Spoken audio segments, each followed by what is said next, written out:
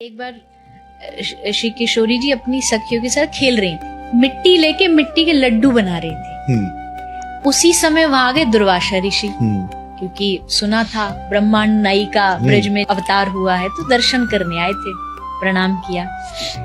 ललिता विशाखा ने कही, बाबा यहाँ ब्रज में ऐसे ही बोलते हैं डायरेक्टली बाबाओं से भी, बाबा यही हो?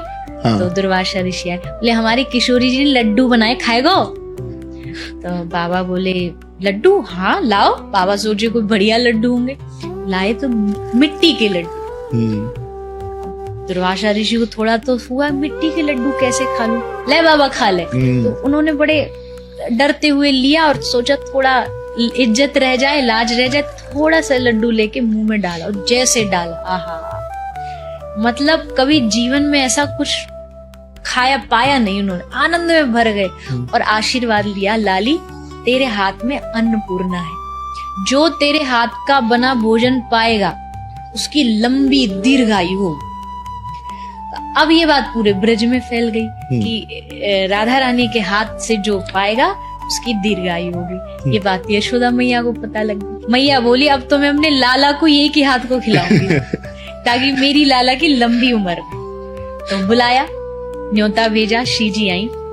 श्री जी ने आके बहुत बढ़िया भोजन बनाया, ठाकुर जी ने पाया। अब पाने के बाद यशोदा मैया बोली, बचपन से ही सोच लिया, ठान लिया, ये मेरी बहू बनेगी। पहले क्या होता था, बचपन में ही निश्चित कर लेते थे कि ये है, तो मैया ने थोड़ी हल्दी ली, थोड़ी मेहंदी ली और श्री जी के हाथ पे लगा ली। अच्छा। अब वो तो छोटी, उनको इसका मतलब नहीं पता कि क्या है, वो तो खुश हो गई, हाँ मेहंदी लगी है, हल्दी लगी है। खुश होती होती नाचती नाचती बरसाना पहुंच गई। तो ललिता विशाखा ने कही, ये क्या है हाथ में? बोले यशोदा मैया ने लगाई है। तो सखी बोली, इसका या को मतलब जाने तू? तो बोली मतलब ये है कि वो काले कलूटे के नहीं, तू बहू चुन ली गई है तू बाकी बहू बना ली गई है और तू इतराती घूम रही है। मैया के पास जाएगी, तेरी माँ पूछेगी, धोले हाथ। तो आज भी बरसाने में कुंड है, प्रिया कुंड इसका नाम है, बहुत प्यारा स्थान। आज भी वहां जाके आप अगर 10 मिनट बैठ जाते हो ना शांति से, आहा, सब कुछ भूल जाओगे, ऐसा स्थान है। तो वहां जाके श्री जी ने अपने हाथ धोए।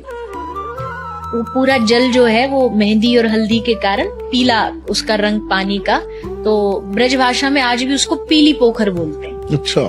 तो ऐसे ठाकुर जी के लिए श्री जी बचपन से ही चुन ली गई थी और उनका विवाह भी हुआ है, ऐसा भी गर्ग संहिता में लिखा। समझ आ रहा ना, शादी हो गई थी